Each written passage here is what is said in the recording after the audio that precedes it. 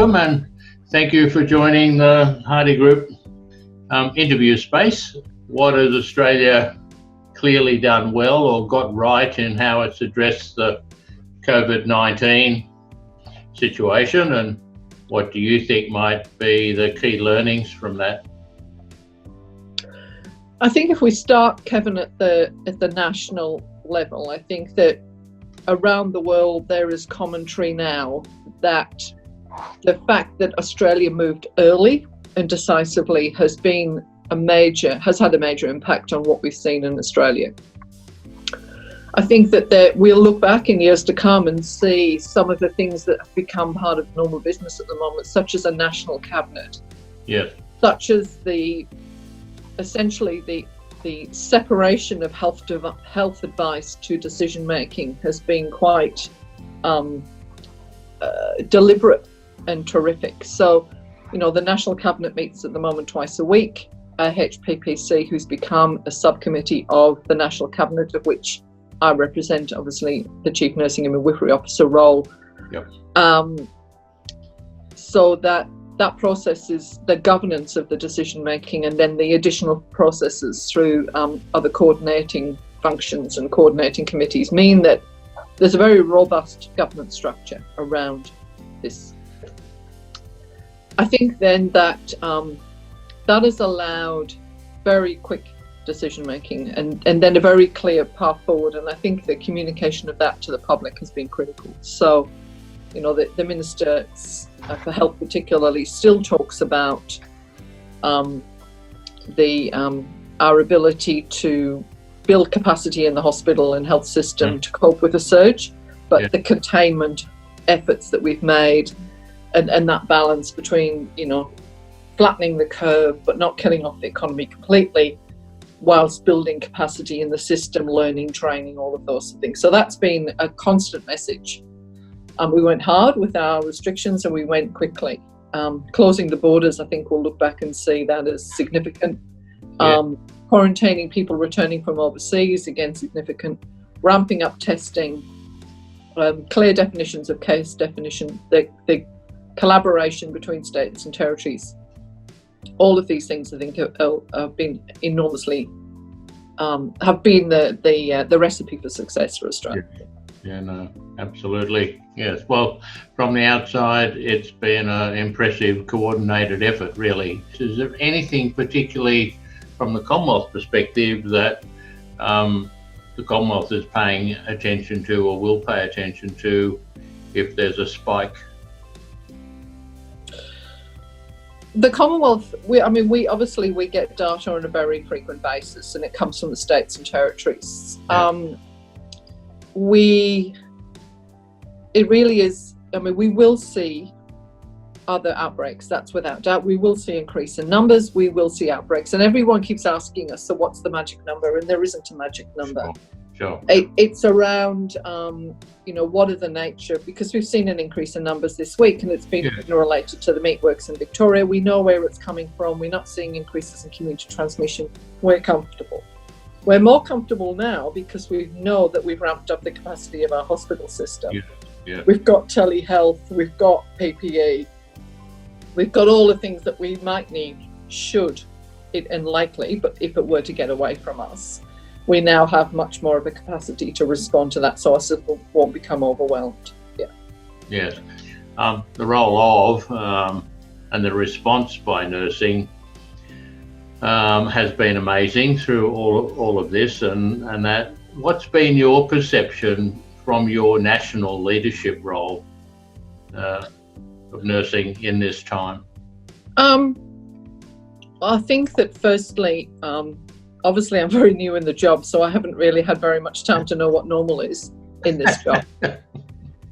So I think that what I've seen is firstly the work I do with the Commonwealth, with the States and Territory Chief Nursing and Midwifery Officers. So we have been as one. We communicate frequently, we consult frequently, we share stories, and we share, helping each other if we need to, because there can be challenging jobs.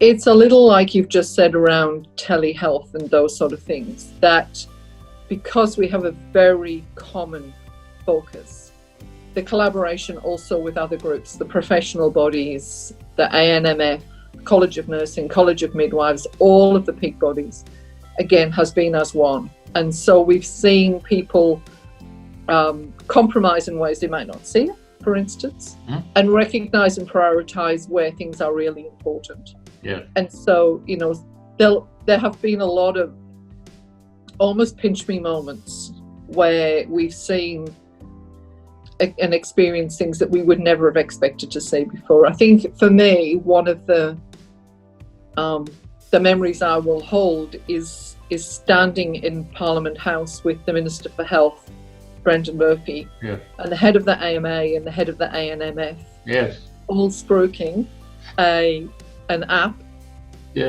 without question, in full solidarity. And I, you know, that's probably never been seen before. Let's hope sometimes for things it will be seen again. But for me, that was a very important moment. Twofold. Firstly, because we were all there together, talking about the same thing and supporting the same thing, which was so important for all Australians.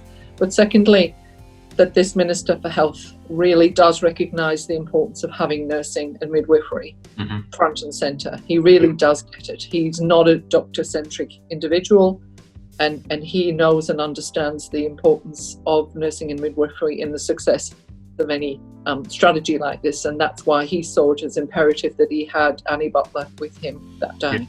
Yes, I watched that in real time, and I thought at the time, well, that's the first time I've seen that. That's a powerful statement. What do you think the major changes will be in nursing and midwifery going forward as a result of this?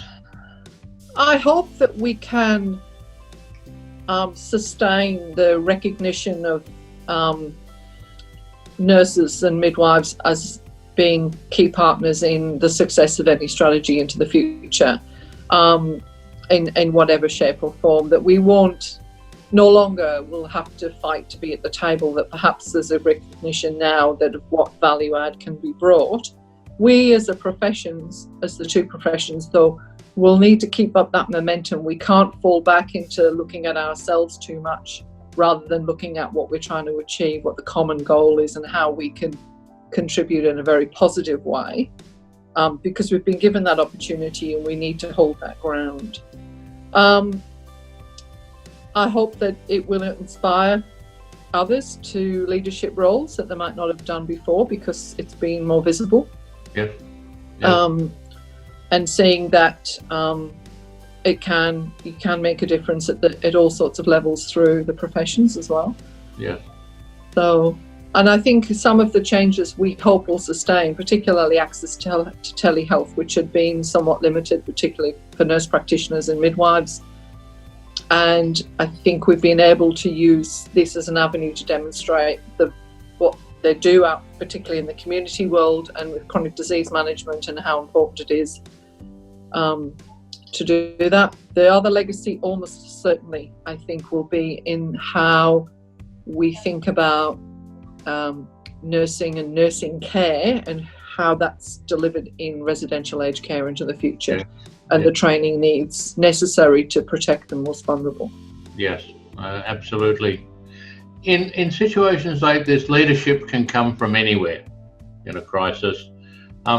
What stories have impacted you that that really reflect powerful nursing leadership? Well, there's probably lots of them. I think it's, to be honest, rather than individuals, I think it's the collective. When we offered up the scholarships for the critical care and high dependency training, we calculated a budget and we offered 20,000 places. I never imagined we would see anywhere near those numbers, and yet that course began to fill almost immediately. Just as a profession, particularly, I think of nursing, is the willingness to step forward and the willingness to take on challenges. In the situation where we're still learning about the disease, and you do to some extent put yourself at risk and your family at risk. I think that that particularly And also just how we've seen the sharing of knowledge and information, the willingness to collaborate is probably the things more than anything. I probably don't get to see some of the direct care things. Sure. But they're probably some of the effort made, particularly in residential aged care. I think the people who've gone in to really try to help those facilities and help those individuals has been pretty spectacular. Well, it's a demonstration of amazing courage and bravery. Well, because they are putting themselves at risk in order to try and save lives. Is there anything else about the future of nursing that you would like to see happen over the next 3 to 5 years? Well, I think that this is an opportunity to further look at, particularly I think we need to look at the residential aged care and something that's sensible and practical, but also approachable about how and who takes carriage of the care of the most vulnerable. I think there's an opportunity there for nursing to take that and say, this is something we should be leading, and we should be doing this perhaps a little better than it is at the moment. I think also one of the things that's not new, but also the role of nursing in primary health care. The difficulty is that we have the MBS, it is our funding system, and we can't fundamentally change that. But I think some of the things that have emerged have shown that if we can be a little bit more flexible in our approach to these processes that are embedded, for instance, in our constitution, the outcome for the patient or the client or the resident or whatever, it will be better. Yes. Okay. Well, that's fantastic. Well, you've certainly had a baptism of fire as well, because you're relatively new in your current role. Do you see it changing very much in the future as well? I don't know what change is, because I don't know what normal is. I think that I've been very fortunate to be working with a departmental executive that put trust in me. Yeah. And particularly put the trust in me in doing the media. So that I think, so between us, of the medical officers and myself, we've been doing the predominant amount of the media. Yeah. And some of the and the reason that's sustained, and some of the feedback we're getting, is that the community are expressing a sentiment that there is a great deal of trust in us because we're health professionals, not politicians. Yes. Yes. And obviously, as you would imagine, the government monitors this very closely. But they were brave and willing enough for it to let spokespersons not all be doctors. So that is probably testament to the leadership of this organisation, that were willing to trust me. I was a little nervous to start with, but the feedback from the profession to me has been really quite humbling. Yeah. You know, I just happened to be here when this happened. I just happened to be given that opportunity. It's nothing about me as an individual, and yet the feedback from the community and also from the profession, saying how pleased they are to see a nurse speak on behalf and to the community in the way that we've created, and most of it has been relatively organic. You know, we get requests, and started this presence on breakfast television and teleconference, and all the things that have come since then have almost been organic. But we've got more of a battle rhythm now. But so it's been for all of us. Yes, yeah, I'm sure, absolutely. You've been learning every day as well, and now you've also got Ruth Vine joining the team, so you also have all of the nursing implications around mental health coming to the fore. Yes. I think we've been increasingly concerned about some of the feedback we've been hearing, and we expect to hear around the impact of this on the community. Initially, it was a novelty. It's not a novelty anymore, and many people are suffering hardship in so many different ways. Yes, no, exactly. And right. I guess it's great to see, the Prime Minister seeing this now as a priority. We all know that mental health wouldn't have been front of mind. Well, probably not the right term, but never mind. Sure. As much thinking in the past as it is now. We understand and are willing to talk about mental health so much more openly than we ever did before. Yeah.